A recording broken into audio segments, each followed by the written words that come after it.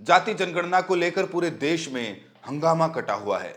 Media के कुछ पत्रकार हैं, ऐसा लगता है जैसे उनकी जमीन पर किसी ने कब्जा कर लिया हो। आप सोचिए, सबसे ज्यादा चित्रा त्रिपाठी को जाति जनगणना से प्रॉब्लम है और वो कविता ऐसी सुना रही है जो जातिवाद के खिलाफ है।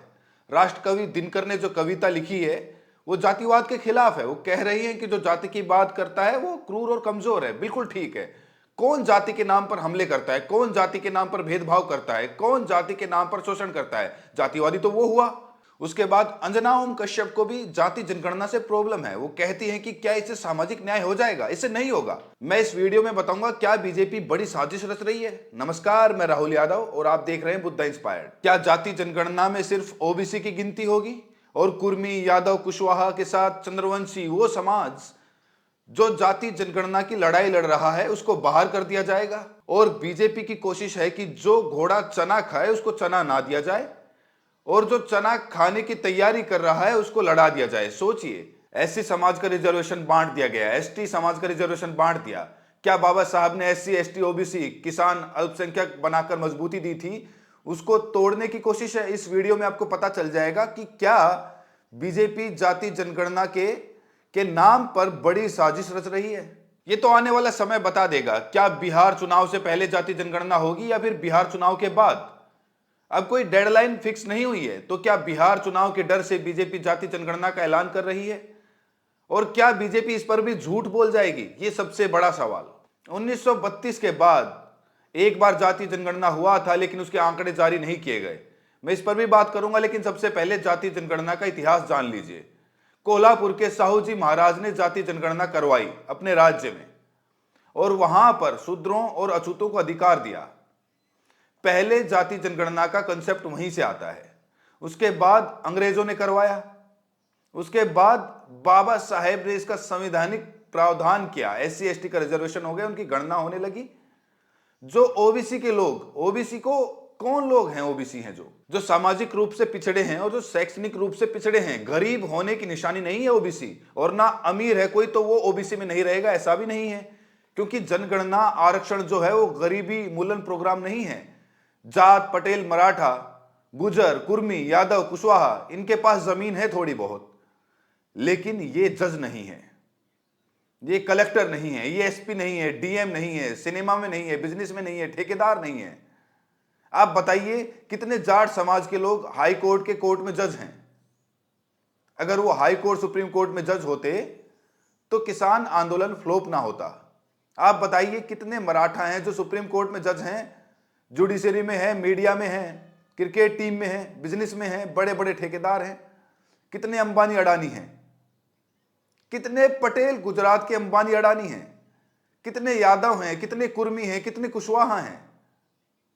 लेकिन ये लड़ाई पढ़े लिखे लोग लड़ रहे हैं। इसीलिए कोशिश है कि पिछड़ा अति पिछड़ा में बांटकर, और 40-30% आबादी बिहार की जनगणना की माने तो 35% अति पिछड़ा है। बहुत सारी ऐसी कम्युनिटी हैं जिनकी हालत बहुत खराब है, ना जमीन है, ना पढ़ाई है, ना एजुकेशन है। उनको भरमाया जा रहा है कि तुम्हारा हिस्सा कुर्मी, कुर्ली, यादव, निषाद, चंद्रवंशी खा रहे हैं, जाट, गुजर, पटेल, मराठा खा रहे हैं। लेकिन बेईमानों की पहचान कीजिए। आर्थिक आधार पर रिजर्वेशन लागू हुआ, इकोनॉमिक वीकर सेक्शन, उसमें तो पटेल भी हैं, मराठा भी हैं और जाट भी हैं। अभी जो यूपीएससी का नतीजा आया है उसमें सबसे ज्यादा ब्राह्मण समाज के हिस्से में गया है। और आप जानकर हैरानी करेंगे कि जनरल कैटेगरी गिनती से इसीलिए डरता है। चित्रा त्रिपाठी को इसीलिए डर है, अंजना ओम कश्यप को इसीलिए डर है कि हमारी पोल खुल जाएगी। यहां 90 रोटी 10 लोग खा रहे हैं, चाहे मीडिया हो, जुडिशरी हो, ब्यूरोक्रेसी हो, बिजनेस हो, ठेकेदारी हो। मीडिया में तो सबसे ज्यादा 99% लोग एक ही समाज के हैं, उसके बाद जनरल कैटेगरी के लोग हैं। तो ये लोग डर रहे हैं।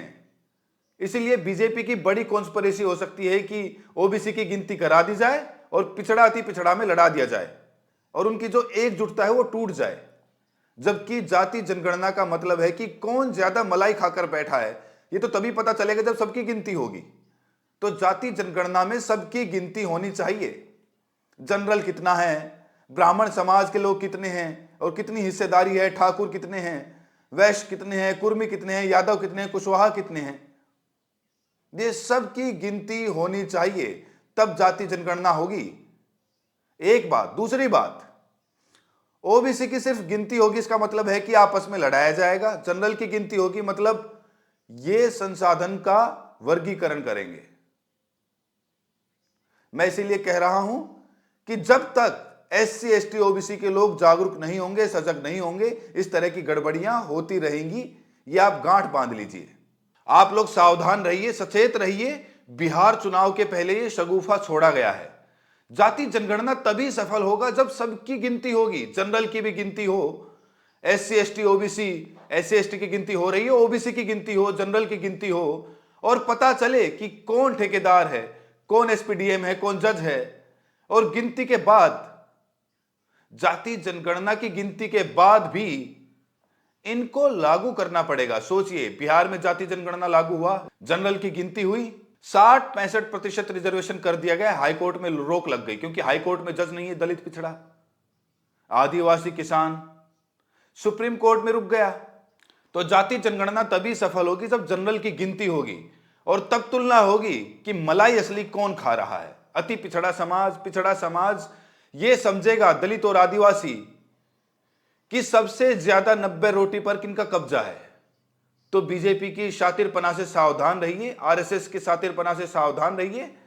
ये लोग हो सकता है कि जाति जनगणना के नाम पर ओबीसी की गिनती करा दें और उसमें से कुर्मी, यादव, कुशवाहा जो इनके खिलाफ हैं उनको बाहर कर दें, क्योंकि ये लोग भाई भाई में लड़ाते रहे हैं। मुलायम सिंह यादव, मान्यवर शाम को लड़ाया, नीतीश यादव, लालू यादव को लड़ाया, राजनीतिक रूप से बता रहा हूं। तो लोग लड़ाने में मास्टर हैं।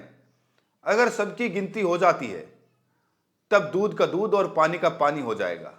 तो जब तक सबकी गिनती नहीं होती, ए टू जेड, एससी एसटी की गिनती ऑलरेडी हो रही है, जब तक ओबीसी, पिछड़े, अति पिछड़े, अल्पसंख्यक, किसान और जनरल की गिनती नहीं होगी, तब तक जैसे ये लोग इकोनॉमिक वीकर सेक्शन का भी मजाक कौन ले रहा है ये भी पता चल जाएगा। अभी सोचिए, इस यूपीएससी के एग्जाम में जितने एससी एसटी ओबीसी के लोग थे या किसान कम्युनिटी के लोगों ने 700 से ज्यादा नंबर स्कोर बनाया, उन सबको इंटरव्यू में 150 नंबर दिया और वो सब लोग नीचे चले गए। और जितने 700 से कम नीचे लाने वाले जनरल कैटेगरी के लोग थे, सबको 200 नंबर दिए और वो सब लोग ऊपर चले गए। ये बहुत महीन बेईमानी करते हैं जातिवादी। तो अगर सिर्फ ओबीसी की गिनती होती है तो घोर बेईमानी है। जाति जनगणना तभी सही मानी जाएगी जब सबकी गिनती हो, जनरल की भी गिनती हो। अब आप लोग क्रेडिट ले रहे हैं कि पहले मैं आपको बता दूं जाति जनगणना की लड़ाई कहां शुरू हुई और क्रेडिट किसको मिलना चाहिए। साहू जी महाराज ने पहली जाति जनगणना कराई अपने कोल्हापुर राज्य में, उनको नमन कीजिए। बाबा साहेब को उन्होंने देश का मुक्तिदाता माना है। साहू जी महाराज ने उनके अखबार को उन्होंने शुरू करवाया। उसके बाद बाबा साहब ने संविधान में इसका प्रावधान किया, ओबीसी खासकर दलित पिछड़ों के लिए। और उसके बाद जो कालेकर कमेटी बनी, मंडल कमीशन बना, मुंगेरी लाल कमेटी बनी। इसीलिए कहते हैं कि मुंगेरी लाल के हसीन सपने। आजाद भारत में कालेकर कमेटी रद्द कर दी गई, कांग्रेस ने रद्द की, मैं झूठ नहीं बोलूंगा।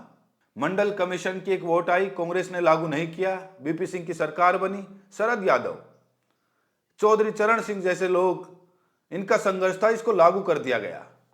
तो पहले संघर्ष कर रहे थे, उसके बाद इसको लागू किया गया। लेकिन इसके लिए लड़ाई जो लोग लड़े, जगदेव बाबू शहादत हुए, जननायक कपूरी ठाकुर, चौधरी चरण सिंह, देवीलाल, बाबू जगजीवन राम, ये लोग बहुत ज्यादा लड़ाई लड़ चुके थे। जनता उस समय उतनी जागरूक नहीं थी। जब मंडल कमीशन लागू हो गया और पुराने आंकड़े 1932 के आंकड़े पर जब जाति जनगणना के आंदोलन को और तेज किया गया, मान्यवर काशीराम साहब ने, शरद यादव जीवन भर लड़ते रहे, सूर्यलाल पटेल, राम स्वरूप वर्मा, रामविलास पासवान, लालू यादव आज भी बोल रहे हैं, नीतीश कुमार भी आज बोल रहे हैं। करुणानिधि लड़ते लड़ते शहीद हो गए। लेकिन पिछले 10 सालों में जब से सोशल मीडिया आया है, तब से स्टारलिन नंबर 1 पर है जाति जनगणना में। उसके बाद राहुल गांधी ने सत्ता से बाहर होते ही इस लड़ाई को बहुत तेजी से आगे बढ़ाया। जबकि उनकी पार्टी की सरकार थी, यूपीए 2 में जाति जनगणना हुई थी, लेकिन 3 ब्राह्मण नेताओं ने रुकवा दी। कपिल सिब्बल जो सपा के सांसद हैं, अब चिदम्बरम जो कांग्रेस के नेता हैं और प्रणब मुखर्जी जो अब दुनिया में नहीं रहे, इन तीनों ने षड्यंत्र करके जाति जनगणना के आंकड़े रुकवा दिए। उसके बाद अब हाल के 10 सालों में स्टालिन की लड़ाई लगातार जारी रही। अखिलेश यादव भी चुप थे, तेजस्वी यादव लगातार लड़ते रहे। लेकिन अखिलेश यादव ने पीडीए बनाने के बाद जाति जनगणना की लड़ाई को तेज किया और 2024 चुनाव से पहले राहुल गांधी ने इस आंदोलन को तेज किया और तब जाकर उनको फायदा भी हुआ। इसी दौरान एक शख्सियत, ये जो गुलामगिरी वाली तस्वीर आप देख रहे हैं राहुल गांधी के साथ, अनिल जैहिंद वो शख्स हैं जिन्होंने मंडल कमीशन के साथ भी काम किया, शरद यादव जी के साथ भी लंबा काम किया, लालू यादव जी के साथ भी काम किया, वो रामविलास पासवान के भी करीबी रहे हैं। देश भर के तमाम बहुजन नेता जो सोशल जस्टिस, सामाजिक न्याय की बात करते थे, अनिल जैहिंद जी उनके आसपास रहे और जो भी हो सकता था उन्होंने किया और अब वही राहुल गांधी के साथ हैं। उसके बाद राहुल गांधी ने सामाजिक न्याय का मुद्दा उठाया और बिहार चुनाव का दबाव है कि बीजेपी को जाति जनगणना करानी पड़ रही है। तो ये थी जाति जनगणना की सच्चाई और सोशल मीडिया के वो तमाम पत्रकार जो जागरूक हैं वो इस मुद्दे को आगे बढ़ा रहे हैं। लेकिन एक बात, जाति जनगणना पर तभी खुशी मनाइएगा जब बिहार चुनाव से पहले जाति जनगणना हो जाए और सवर्णों की भी गिनती हो। ऐसा ना हो कि जाति जनगणना में सिर्फ ओबीसी की गिनती हो जाए और ओबीसी को आपस में लड़ाकर षड्यंत्र रचा जाए और जो लोग 10 रोटी खाकर बैठे हैं, चाहे वो बिहार की जनगणना हो, तेलंगाना का हो या फिर कर्नाटक का हो, साफ बात है कि जो लोग 10% हैं वो 90 रोटियां खा रहे हैं और जो 90% लोग हैं उनको 10 रोटियां मिल रही हैं। तो साफ है कि ओबीसी, एससी, एसटी ये लोग अमीर नहीं हुए हैं, क्योंकि जज, ब्यूरोक्रेसी और बिजनेस, सिनेमा या फिर मीडिया में इनकी भागीदारी अभी भी बहुत कम है। बहुत बहुत धन्यवाद।